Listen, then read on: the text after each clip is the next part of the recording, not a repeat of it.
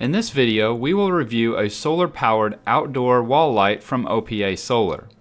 We'll go over some of the specs and features, how to install it, and then do some measurements and tests. Please note I did receive this product free from the manufacturer in exchange for a review. However, all of my review videos are objective and honest, and I have no problem pointing out flaws and weaknesses where I see them. My goal is to give you all the information you need to make your own decision on a purchase. This solar wall light is rated at 2000 lumens and features motion detection, 3 lighting modes, 39 individual LEDs, and a 12-month warranty. The box is small and lightweight, even more than I thought it would be. As you can see, it is made in China, and this is not a product designed for the high-quality, last-a-lifetime end of the market. Now that's not a knock on the product, it's just the truth. It currently retails on Amazon for $29.99 US with free shipping. I'll put a link in the video description for you. Inside the box you have the light itself, an instruction manual, and some mounting hardware. The manual is in a rough English translation from Chinese, but it does have an email address for warranty issues, just no phone contact info. You can add an additional 18 months to the warranty by emailing OPA Solar with your order ID and contact info. The light comes completely assembled as you see here. The LED light array is on the bottom, the 120-degree motion detection sensor is in the middle, and the solar panel is on the top. But because the solar panel on top is angled only slightly above flat, this light will not perform well in winter when the sun is low on the horizon, so keep that in mind. The mounting hardware is very simple with some wall anchors, some screws, and a mounting bracket.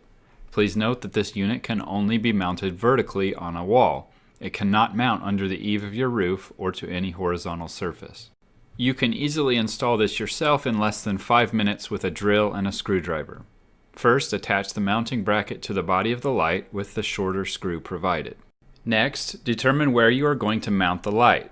For the best solar production throughout the day to charge the batteries, I would highly recommend that you install this facing due south if you live in the northern hemisphere or due north if you live in the southern hemisphere.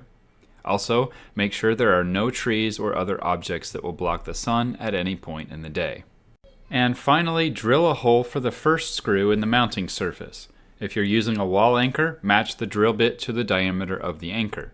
If you are going straight into the surface like I am, such as hardy board or wood, just drill a pilot hole thinner than the screw. Then screw one of the screws into the wall, leaving a slight gap between the wall and the head of the screw. The light can then slide over the top of the head of the screw in the lower hole on the back of the light. Once you have the light attached with the first screw, you can then drill the second hole through the upper hole of the mounting bracket and then screw in the last screw. After letting the light charge for a full day, I tried to think of some ways to objectively test the light. Unfortunately, I could not come up with a repeatable and scientific way to measure the runtime of the light. Plus, that won't mean much to you because your installation and location may perform differently than mine here in Texas. What I did want to quantify for you, however, was the light production of the light. So I measured the light output in lux. Because the light is outdoors and you don't have a square foot surface area to really measure, the lumen rating isn't terribly helpful. So I'll just compare the light to my 60-watt incandescent porch light. With the OPA solar light on and the porch light turned off, I measured 103 lux below the light at about 4 feet off the ground. With the slight light mode on, which is kind of like a night light, I measured 6 lux. And with the 60-watt porch light on for comparison, I measured 17 lux. In conclusion, this is a very bright, easy to install, affordable outdoor light. There's no wiring and no assembly. But it is made entirely of cheap plastic, has a very small 1-watt solar panel on top that is not adjustable, and can only provide light for short periods of time. That makes it a good security or entry light, but definitely not a floodlight for you to enjoy the outdoors after dark. For $30 US, I don't think you can go wrong. Just know what you're buying before going into it. That does it for another review video. Please give it a thumbs up and leave me a comment to tell me what you think.